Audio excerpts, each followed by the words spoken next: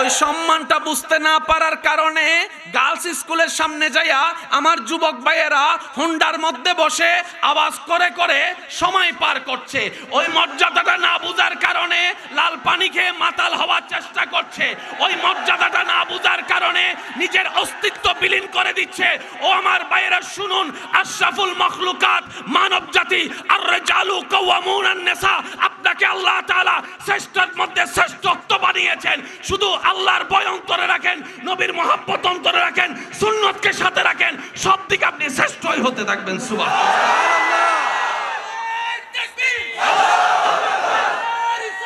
লাতি তো অনেক খাইছি, খাই নাই মনে হয়?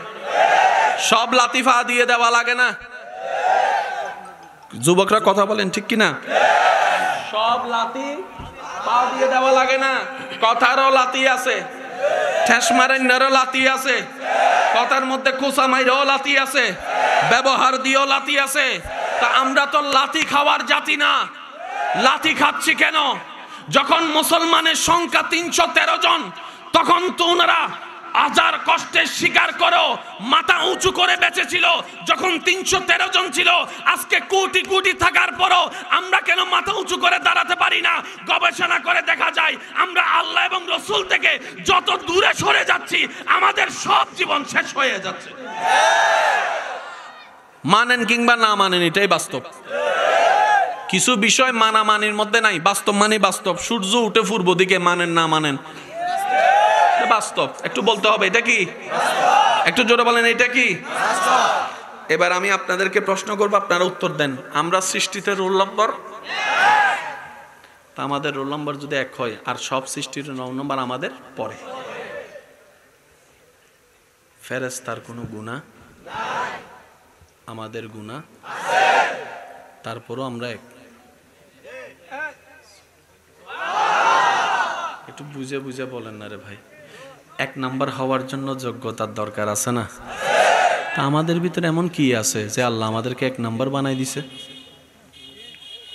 ফেরেশতার গুনাহ নাই, আমাদের গুনাহ আছে। ফেরেশতারে আল্লাহ এখন যা বলছে ততটুকুই করে, 19ও করে না, 20ও করে না।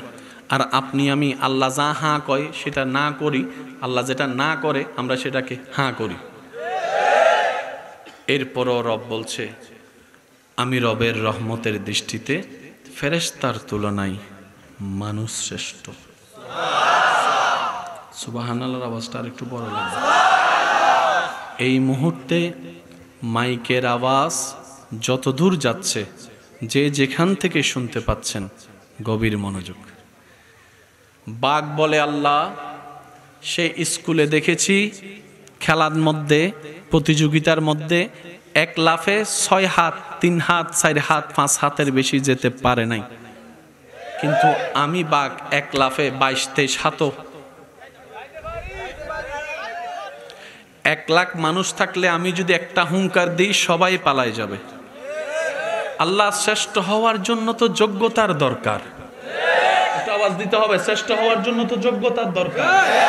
শ্রেষ্ঠ হওয়ার জন্য তো কিছু কোয়ালিটির তো দরকার আছে। আল্লাহ তুমি যাদেরকে সৃষ্টিতে রোল নাম্বার 1, ভাইয়া তুমি সৃষ্টিতে যাদেরকে রোল নাম্বার 1 বানিয়ে দিয়েছো, তাদের ভিতরে জান্নাতের মতো পবিত্রতা তো নাই, তাদের ভিতরে ফেরেশতাদের মতো তো আদব মোহাব্বত তো নাই, তাদের মধ্যে তো বাঘের মতো কোনো শক্তি নাই, হাতের মতো কোনো দেহ নাই, পাহাড়ের মতো কোনো শক্তি নাই। আল্লাহ তাদেরকে তুমি কি দেখে রোল নম্বর 1 বানাই দিলা? কি দেখে রোল নাম্বার 1 বানাই দিলা? নিশ্চয়ই কিছু তো একটা আছে। রব বলে, আমি আমার সৃষ্টি জগতে আশরাফুল মখলুকাতের জায়গাটা ইনসানকে দিয়েছি।